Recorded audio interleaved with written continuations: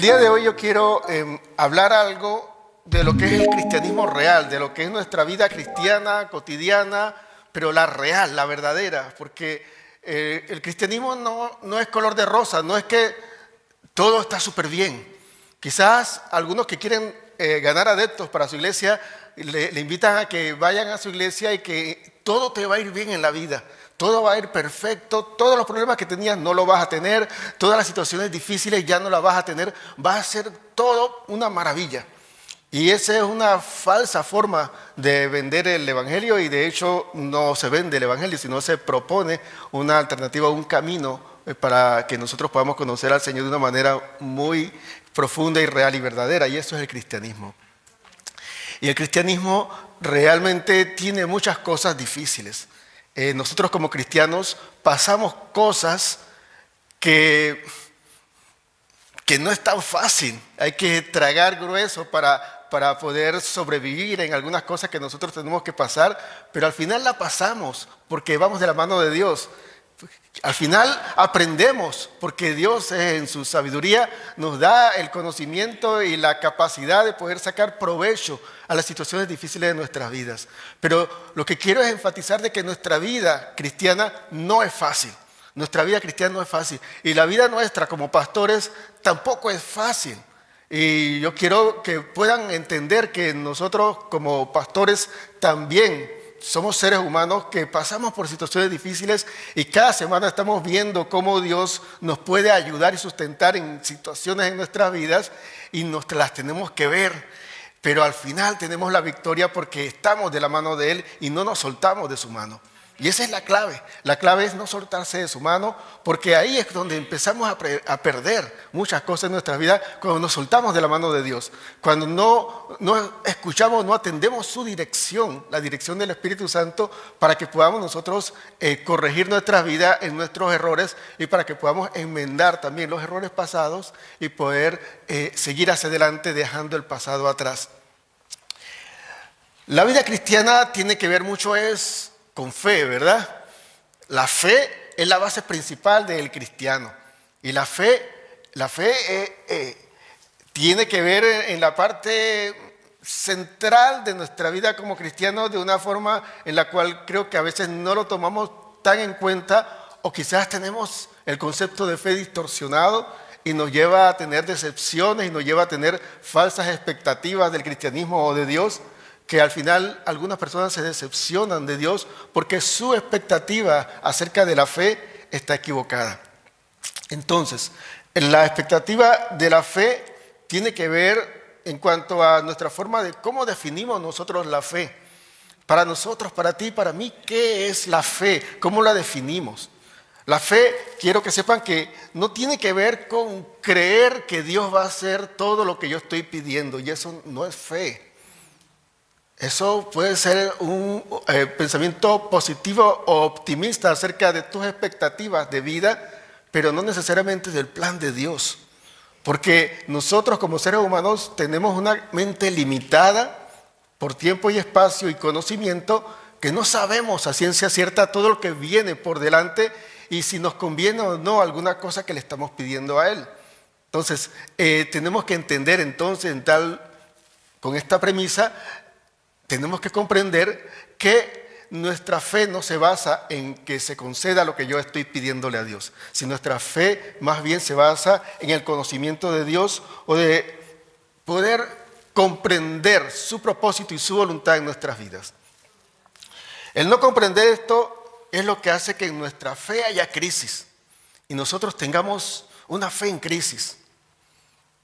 Y yo me atrevo a asegurarles que absolutamente todo cristiano, desde que empezó el cristianismo con Cristo Jesús y 12 discípulos hasta el día de hoy, todos los cristianos pasamos por crisis de fe. Y la crisis de fe tiene que ver en las expectativas que nosotros tenemos acerca de la fe.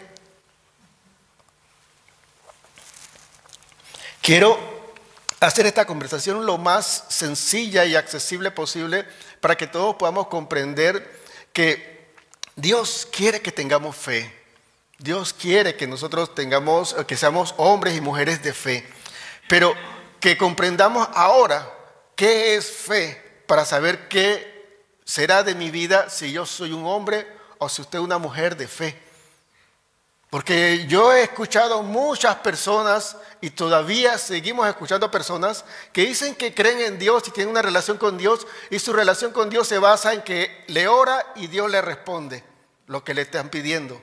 Y a mí me deja de verdad una tristeza en mi corazón el saber que tu relación con Dios se limita a tus caprichos y no al conocer la voluntad de Dios. Entonces se basan y presumen que tienen fe y presumen que tienen una relación con Dios, y la única causa o consecuencia de su vida de fe o su relación con Dios es la respuesta de Dios a todas tus peticiones. Y ese es un grave error, porque nosotros, como bebés espirituales que vamos creciendo poco a poco, tenemos que ir aprendiendo y abriendo nuestra cosmovisión, palabra que yo tengo que tratar mucho en estos días y que tuve que buscar mucho en el diccionario. Tenemos que ampliar nuestra visión de la vida, y lo vamos ampliando poco a poco. Desde bebé no entendemos ni comprendemos muchas cosas, de niños vamos conociendo un poco más, de adolescentes conocemos un poco más, de jóvenes vamos aprendiendo un poco más, de adultos aprendemos un poco más, aún de ancianos seguimos aprendiendo acerca de qué es la vida. Y como espirituales también vamos aprendiendo poco a poco qué es la vida, y podemos ir entendiendo que no se trata de que yo lloro y va corriendo mi padre o mi madre a la cuna a darme el biberón. Ahora se trata de que yo hablo con mi Padre Celestial. Ahora se trata de que no solamente yo hablo, sino que yo escucho a mi Padre Celestial. No se trata que solamente lo escuche, se trata que yo atienda las cosas que Él está interesado que yo haga. Y se trata también que yo pueda tener la óptica de Él y poder ver y comprender que las cosas que me salen difícil o me cuestan, en realidad son de mayor provecho para mi vida que las cosas que yo en mi capricho quiero. Y eso uno lo va entendiendo mediante la madurez. Y uno que está en los caminos del Señor necesita y le urge tener una madurez espiritual, porque usted y yo sé que podemos estar de acuerdo con lo siguiente: cuando un joven, una joven va creciendo y ya se hace adulto, pero sigue teniendo los pensamientos infantiles, uno cuando tiene ya la madurez, uno cómo ve a esa persona, uno ve como que qué triste que a estas alturas debería de ya amarrarse los pantalones y empezarse a hacerse cargo de su vida, y pudiese aprovechar al máximo la fuerza y la energía que tiene como joven para lograr metas y para alcanzar cosas que en su mente inmadura y queriendo estar como niño simplemente se conforma con lo poco. Y es lo mismo que nos pasa a nosotros en lo espiritual, y por eso empieza a pasar nuestra vida en los caminos del Señor y llegamos a tener esa fe en crisis. Porque llegan momentos donde Dios te empieza a decir que no. Llegan momentos donde Dios simplemente no responde a tu oración. Llegan momentos donde simplemente todo lo que tú estás derramando lágrimas para que se dé, simplemente no se da. Y tu fe empieza a crear o a estar en una crisis, porque está fundada simplemente en el ser concedidos tus deseos, tus peticiones. Ahora, esa es una parte. La inmadurez es una parte de lo que hace que nuestra fe esté en crisis. Y la crisis de nuestra fe llega a nuestras vidas, sea usted una persona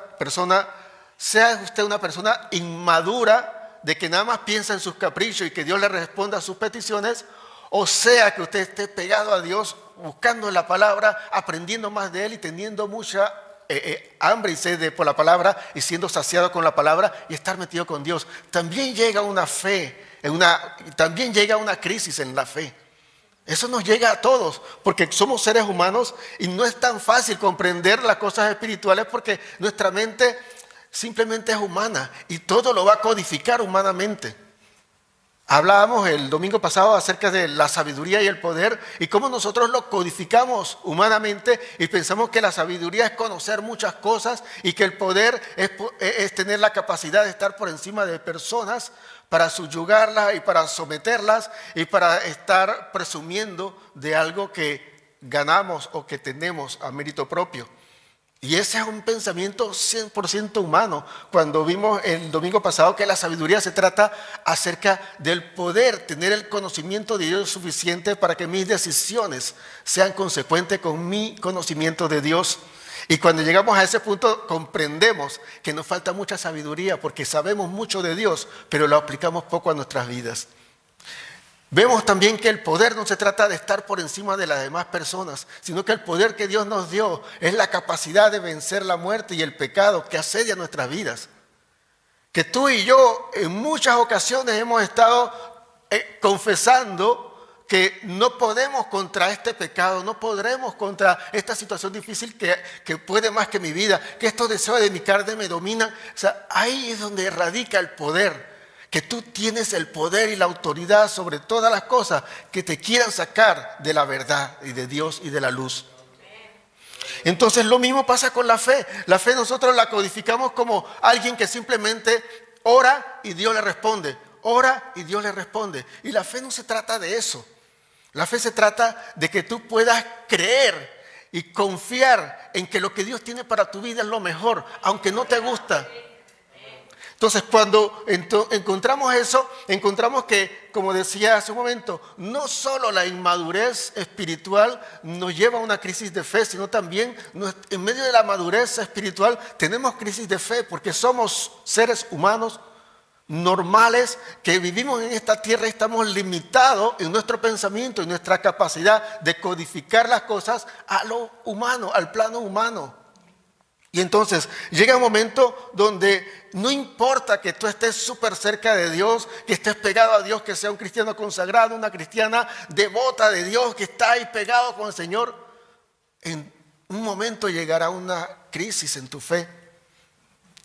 Simón Pedro, uno de los apóstoles más destacados y que en la palabra se resalta siempre porque tenía una iniciativa, era un hombre tan proactivo, tan activo, tan explosivo en algunas ocasiones, tuvo una crisis de fe y una crisis anunciada que aún él la negaba.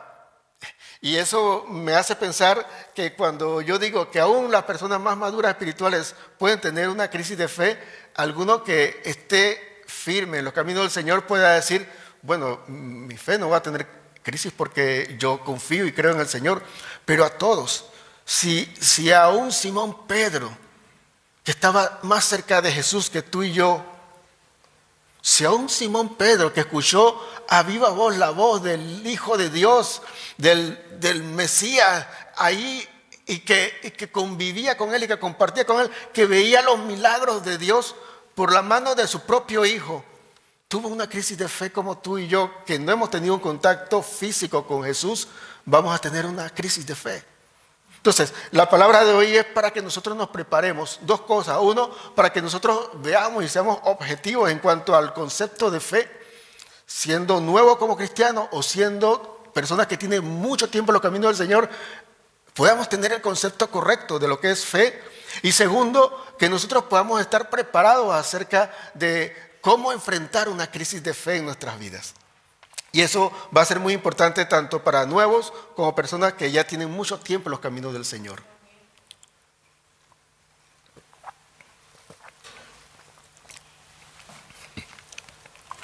Ok, tenemos mucha similitud con Simón Pedro. A Simón Pedro Jesús lo llamó para que lo siguiera. A usted quizás no ha escuchado audiblemente la voz del Señor Jesús que te diga sígueme, pero tú en tu corazón sabes que estás siguiendo a Jesús porque Él te llamó. Tú lo sabes, no tienes que escuchar una voz que diga Juan, sígueme, Rosa, ven, sígueme. No, tú y yo estamos aquí y nos congregamos porque sabemos en nuestro corazón que hay una voz de Dios que nos llamó a estar en su camino. Y por eso tú y yo lo estamos siguiendo. Simón Pedro igual. Entonces, Simón Pedro vivió cosas, como decía yo hace un momento, de milagros, de maravillas, y yo estoy seguro que tú y yo hemos vivido situaciones especiales con el Señor.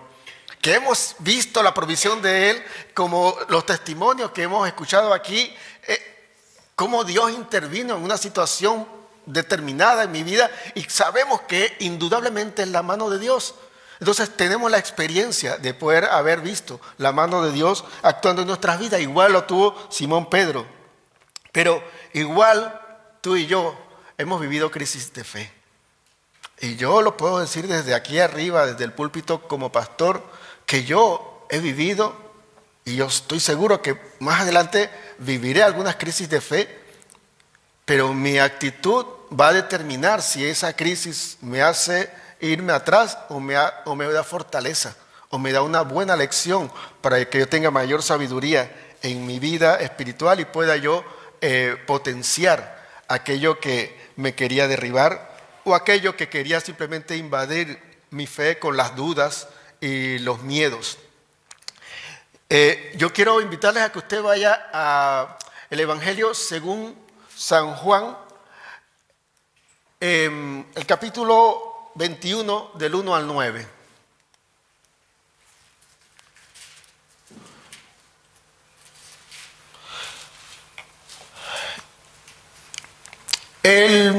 Yo solamente quiero hacerle, ¿cómo puedo decir?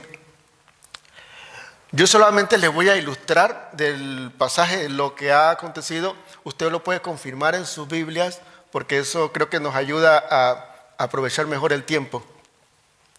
El pasaje del capítulo 21 del Evangelio según San Juan narra algo muy interesante. Dice que Jesús se manifestó otra vez a los discípulos junto al mar de Tiberias de una forma particular.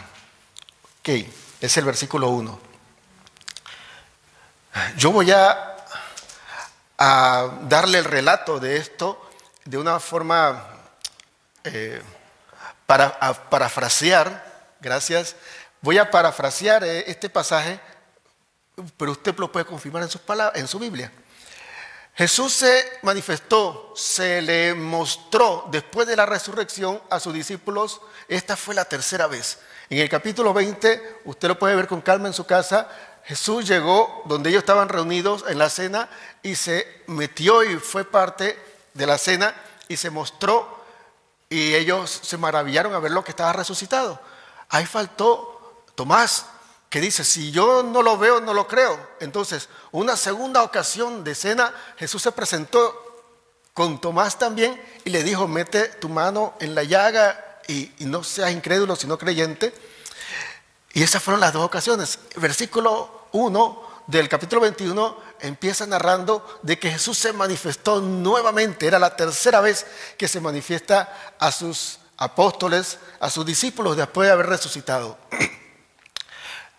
Usted lo podrá ver en su Biblia. Es algo muy curioso y es que se presentó después de haber resucitado a sus discípulos, pero a Simón Pedro le dio la crisis de fe que se fue a hacer exactamente lo que hacía antes de ser llamado, a pescar. Jesús le dijo cuando lo llamó, ven, sígueme y te haré pescador de hombres. O sea, no seguirás pescando peces, sino que vas a alcanzar almas. Y cuando el Señor muere y luego resucita, Simón Pedro entra en esa crisis de fe porque le caía en peso de su alma el haberlo negado. Y entonces estaba lidiando con una situación difícil en su vida, cosa que tú y yo en muchas ocasiones a veces estamos lidiando, que vemos que nosotros no levantamos cabeza en algún aspecto, en un área de nuestra vida y generamos nosotros mismos una crisis de fe porque empezamos a no creerle a Dios porque esto no se resuelve. Porque yo sigo con este mismo error, porque sigo metiendo la pata en el mismo lugar, me sigo tropezando con la misma piedra y sigo reincidiendo en el mismo pecado, y entonces genera una crisis de fe. Entonces, Pedro estaba en una crisis de fe, aún teniendo 3 años y medio cerca del maestro, aún viendo al maestro resucitado, aún viendo las maravillas. Y usted y yo podemos estar en una crisis de fe, aún teniendo una experiencia sobrenatural con Dios, que Dios te ha hablado en algún momento y te ha dicho, sígueme, yo quiero estar contigo. Yo te quiero mostrar algo. Y nosotros llegar a un momento de crear una crisis de fe por todas las situaciones internas de nuestra alma, porque le creemos más al alma y a sus sugerencias. Entonces, el apóstol Pablo, entonces Pedro, no era Pablo, entonces Pedro entró en esa crisis y dice, ¿sabes? Yo me voy a pescar, voy a hacer lo mismo de siempre. Y le siguieron 6 discípulos más de los 12, más él son 7, más de la mitad de los discípulos se fueron a hacer lo mismo, a pescar. Y entonces lo curioso es que no importa dónde estés en medio de tu crisis de fe, Jesús va allá y te busca. Jesús va allá y te alimenta. Jesús va allá y te alienta.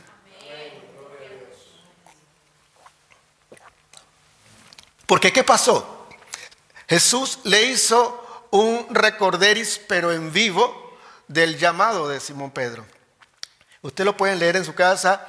Simón Pedro fue a pescar y pasó toda la noche y no había pescado nada.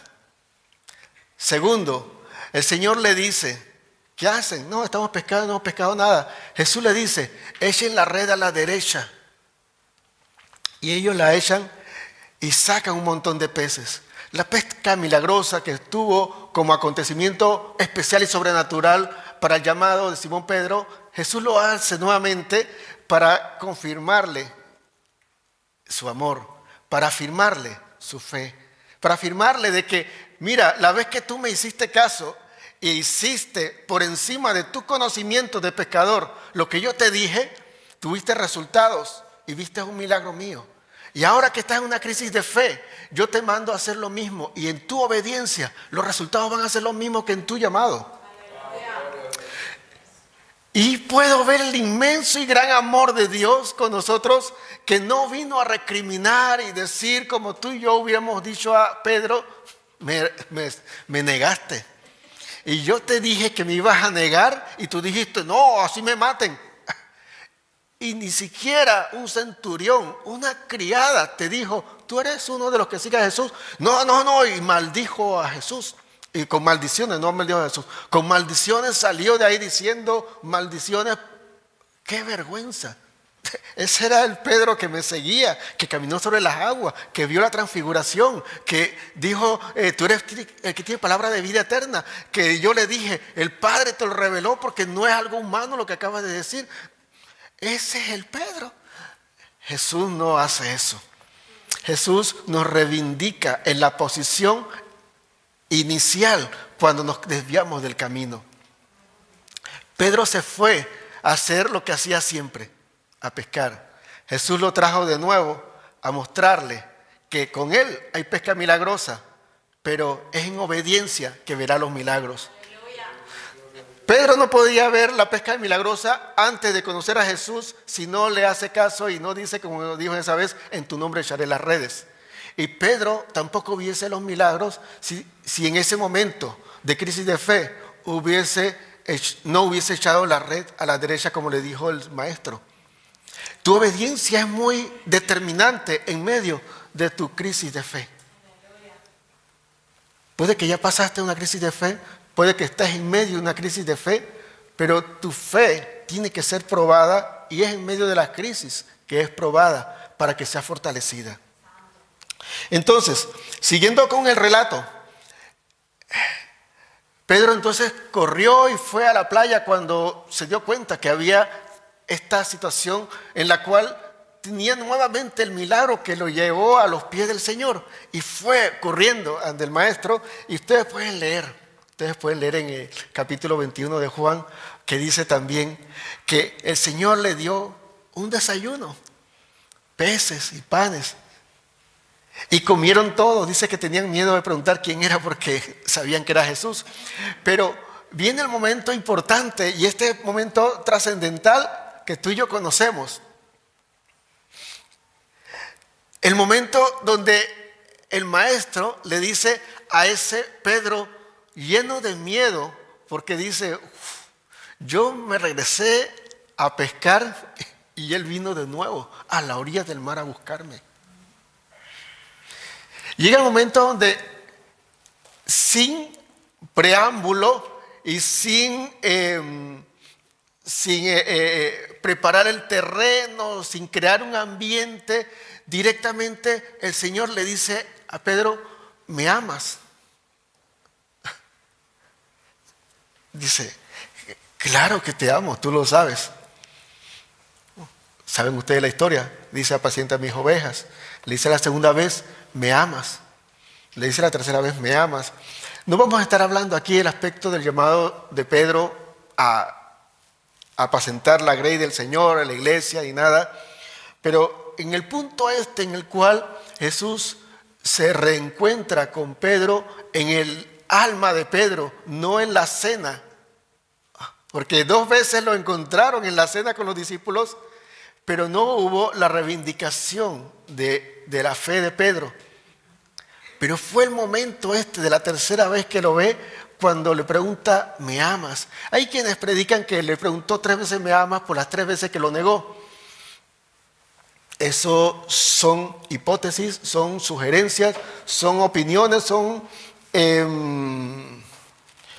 interpretaciones que se tienen, pero eso no va a cambiar nuestra doctrina y nuestra fe.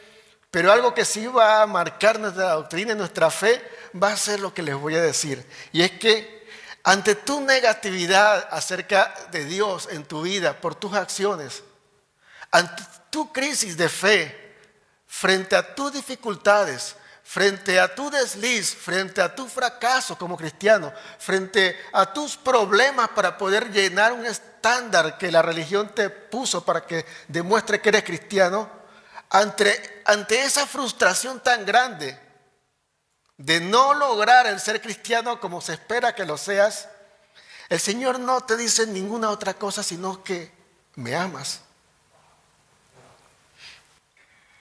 Se trata de si en tu corazón está el amor por Dios o no. Porque si en tu corazón no está el amor por Dios, tu fe en crisis te va a llevar a decepcionarte y apartarte del Señor. Pero si en tu corazón está el amor por Dios, la crisis en tu fe te va a fortalecer, porque ella se alimenta del amor de Dios. Ella simplemente se fortalece con el simple hecho de que Dios me ama y Dios va a hacer algo en mi vida. Y eso yo lo creo, aunque todo lo que pase sea totalmente lo contrario. Ahora, si todo lo que pasa es contrario a lo que tú quieres y no amas realmente a Dios, sino que estabas buscando tu petición, entonces tú te vas a ir triste como el joven rico, que no podía despegarse de las cosas que habían minado su corazón, que eran su riqueza. Ahora, hay riqueza y hay tesoros en mi corazón que me apartan de Dios, y si yo puedo tener a Dios como primer lugar en mi vida, entonces yo podré tener la libertad de dejar a un lado las cosas que eran mi tesoro, porque este tesoro con Dios es mucho más grande. Se trata, realmente es si amas a Dios o no, lo que va a mantener tu cristianismo vivo. No se trata si tú le hablas a Dios y Él te responde y te da lo que tú quieres. Si es Dios quien te responde. Porque Dios no tiene una relación unilateral, Él la tiene bilateral. Él quería restablecer una relación con nosotros donde tú le hablases a Él y Él te hablara a ti. No donde solamente tú pides y Él te da. Y tenemos un cristianismo en el cual el Señor es el mayordomo y tú somos los jefes que lo mandamos y Él tiene que hacer todo lo que yo le pedí. Porque si no, entonces yo me voy de esta religión, de esta fe, de esta iglesia, porque Dios no me concedió lo que yo le pedí. Tanta gente resentida con Dios porque le pidió que se sanara a un familiar y no se sanó. Le pidió que pasara algo y no pasó. Le pidió que no sucediera una tragedia y sucedió, y simplemente se van. Y no tienen una relación con Dios porque no logran conocer el amor de Dios, porque no ceden ese lugar de tesoro en su corazón a Dios y lo mantienen en su corazón como tesoro, como lo más importante. Y Dios tiene que ser lo más importante. Cuando es lo más importante, todo lo demás se ordena, todo lo demás agarra su lugar. Pero nos da miedo, porque ¿sabes? Porque nosotros atesoramos demasiado eso, ese trabajo, esa esposa, ese esposo, esos hijitos. Nosotros lo atesoramos tanto que yo no puedo dejar esto por Dios. Y hay que tener mucho cuidado de que Dios siempre sea el número uno y Él pueda poner en orden todas las demás cosas. Todo el resto es circunstancial, todo esto es pasajero, solo Dios es eterno, solo Dios es eterno. Si te pones a pensar, todo lo que tiene en lo absoluto es pasajero, todo. El único eterno es Dios. O sea, la opción por Dios, por ponerlo en primer lugar, es la opción más inteligente y más sabia que tú puedes hacer en tu vida, para que tu vida tenga el orden correcto y para que tú puedas vencer esas crisis de fe en tu vida. Nosotros tenemos que hacer una reingeniería de nuestra fe y todo lo que hemos edificado en base a lo que quizá hemos escuchado acerca de lo que es fe, tenemos que desaprenderlo y empezar a aprenderlo con Dios, porque en la intimidad con Dios, en el amor por Dios, es que todo se edifica. Tú no puedes basar tu fe en los milagros que Él hace en tu vida. Porque Faraón fue uno de los hombres sobre la tierra que más milagros vio de Dios y nunca se convirtió. Los milagros no convierten a nadie. Tú no puedes basar tu fe en las emociones de cómo te sientes, de que sientes un cosquilleo, de que sientes una cosa y de que hay un alboroto en tu alma y en tu ser. Porque cuando eso no esté, entonces tú estás en crisis. Yo pudiese, no pudiese, de verdad que yo no puedo. Yo realmente no puedo gritar emotivamente como los pastores pentecostales para que vibren no solo su alma, sino también las paredes y las bocinas y todo, porque el grito que pegan. Yo no lo puedo hacer porque la garganta no me da y tampoco mis principios, porque yo puedo emocionarlos arriba y esa, como las drogas, lo que más te sube cuando te baja te golpea más duro.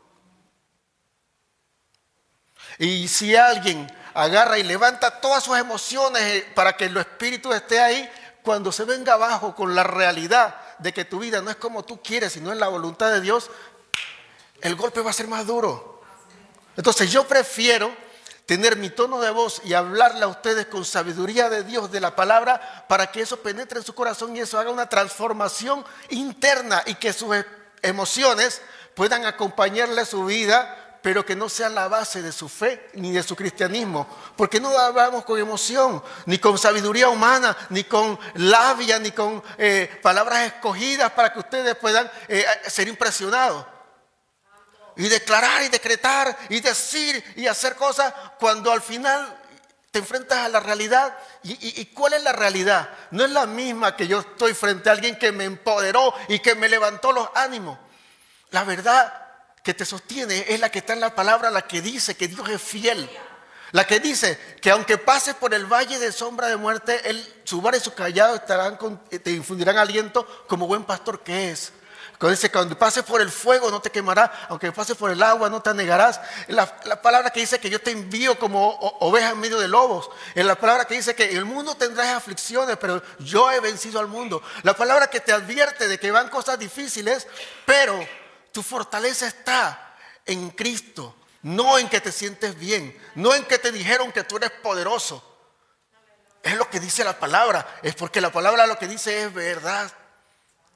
Y no es porque mi emoción se llenó de adrenalina en ese momento y ya así, como pasa que cuando vas al cine y ves Rápido y Furioso y te metes al coche, te metes al carro y menos de 140 no vas, ¿no? Porque tú eres Tito, ¿cómo es? Se me fue el nombre de... No, el de Rápido y Furioso. Porque tú eres Toretto. Que vas a la autovía y tú agarras tu carro y dices, este es un Torino, yo soy Toretto. Y voy... Tú te llenas de emoción, o sea, vas al cine y te llenas de emoción y dices, wow, o sea, yo veía las películas de coraje y todo eso, y yo venía así y caminaba por ahí, iba para la casa y estaba oscuro y dice, que venga un ladrón. Y yo le pego. Entonces empieza a pasar el efecto de la película y después dice, oye, voy rápido y si hay un ladrón por aquí. Porque las emociones son temporales, es la espuma, es la efervescencia, es lo que está así.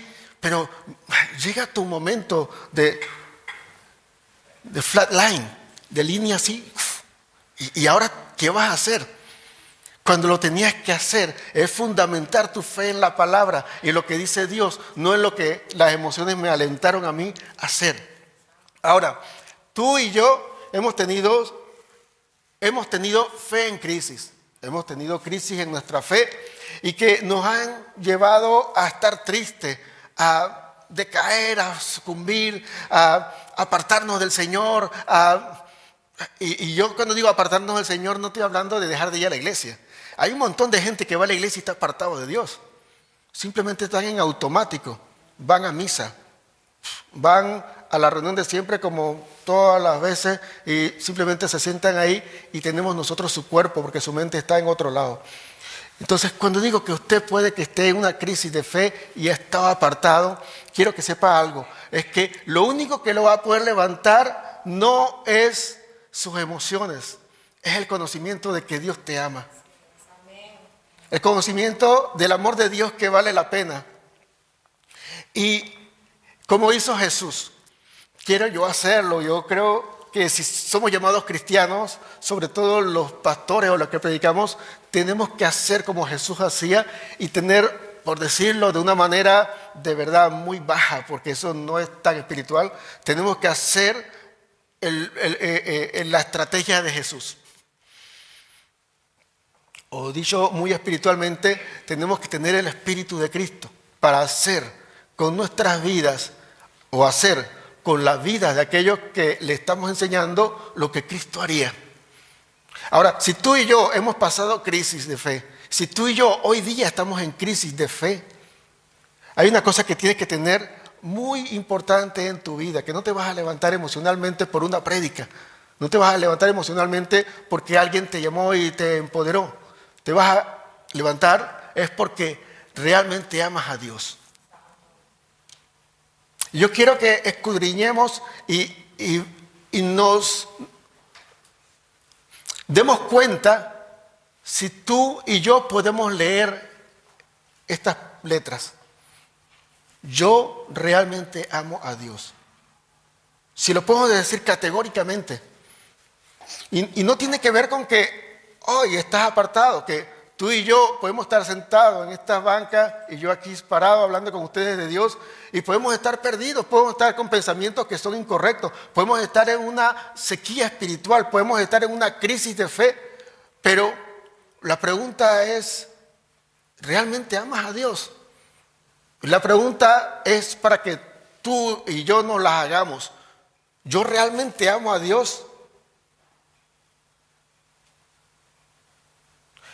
Esa era la pregunta. Ahora, la declaración, ¿cuál es? La pregunta es, si yo realmente amo a Dios, ahora la pregunta es, yo podría decirlo sin los signos de interrogación. Yo realmente amo a Dios, como una declaración. Porque si yo realmente amo a Dios, ese es mi punto de fortaleza. Mira, el eje en el cual se basa o gira absolutamente todo en nuestras vidas, espiritual y natural, es el amor de Dios.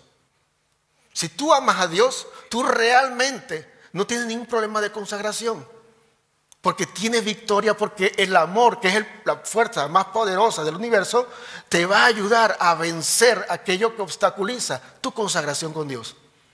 Si tú amas a Dios, no tienes ningún problema en comprometerte con su obra o en sus caminos, porque realmente le amas. Entonces, tú no tienes ningún problema con que si fulano hizo o no hizo, y si me cargaron a mí de trabajo, mira, y si yo estoy en la iglesia y soy el único que hace todas las cosas, yo estoy tan feliz porque yo realmente amo a Dios y lo estoy haciendo para Dios, no porque el otro lo hace o no lo hace, porque el eje de mi vida es Dios y su amor.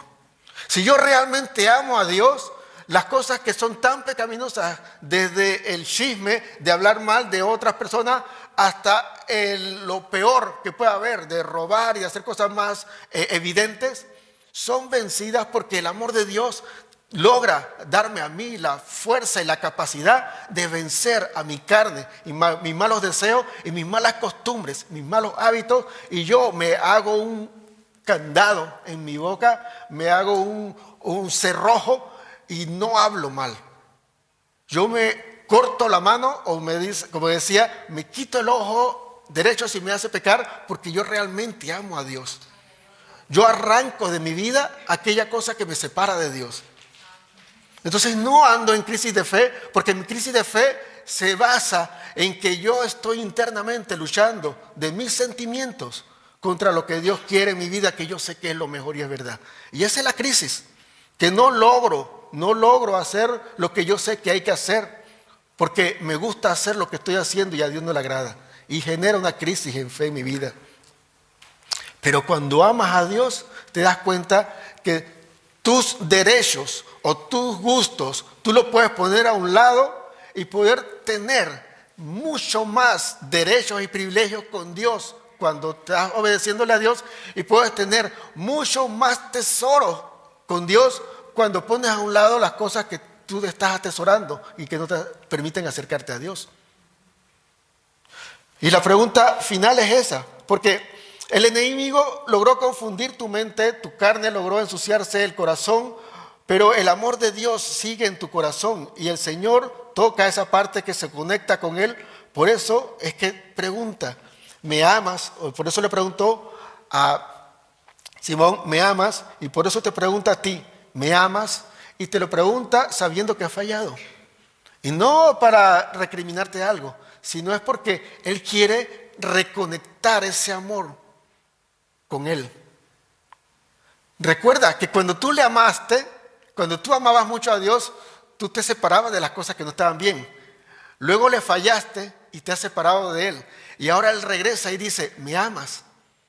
Porque Él quiere reconectar esa parte. Él dice, es que cuando tú entiendes, ¿tú crees que Dios dudaba de que Simón le amaba?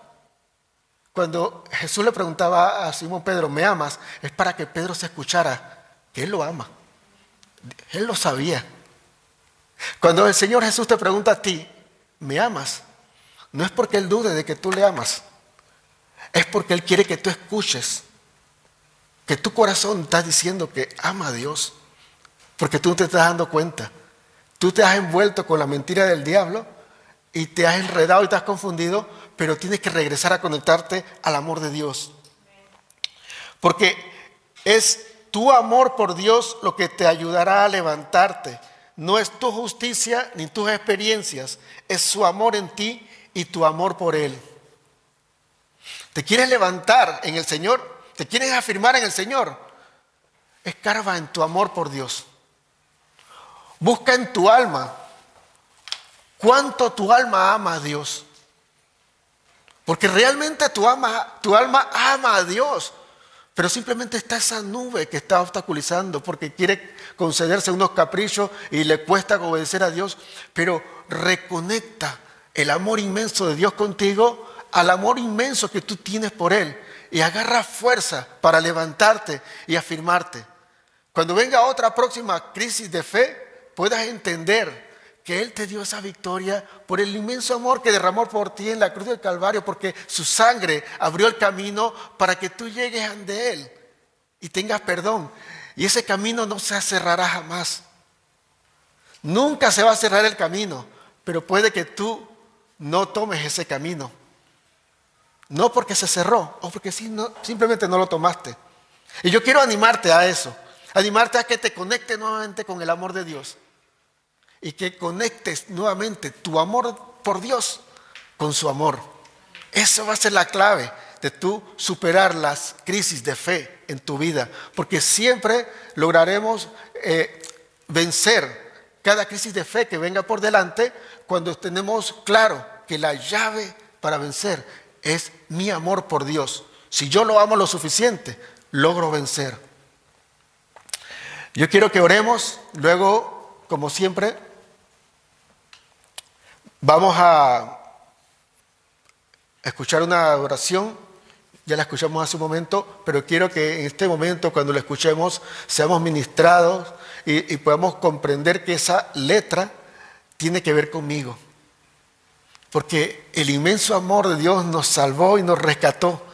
Y ahora, con la crisis de fe que tenemos o con la que enfrentaremos pronto, Él nos quiere rescatar, pero a través de su inmenso amor, mostrado en la cruz del Calvario por esa sangre que abrió el camino para que nosotros no quedemos desconectados de Él y estemos siempre con Él. Señor, yo te doy gracias, Padre, porque tú eres un Padre amoroso, Dios. Porque tú nos muestras tu amor en todos los momentos, aun cuando nosotros nos desviamos de tu camino, tú nos muestras tu amor y tú nos llamas, Dios. Y tú nos buscas. Tu amor es inmenso, Señor, y es maravilloso. Y tu amor ha sido depositado en nuestros corazones por tu Espíritu y nosotros queremos responder a ese amor, Dios.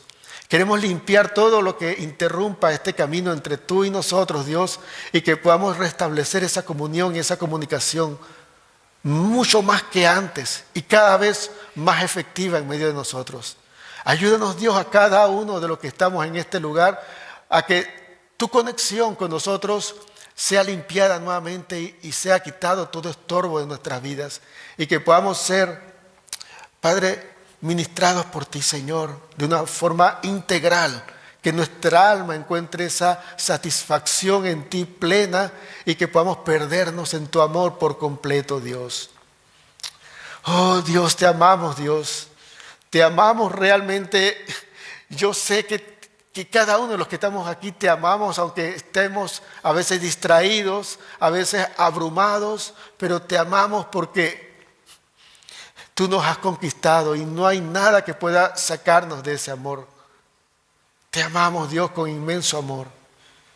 Gracias, Padre, por esa oportunidad que nos das de reconciliarnos contigo. Reconciliarnos contigo en medio de la crisis de fe que vivimos muchas veces. Gracias, Señor, en el nombre de Jesús. Amén.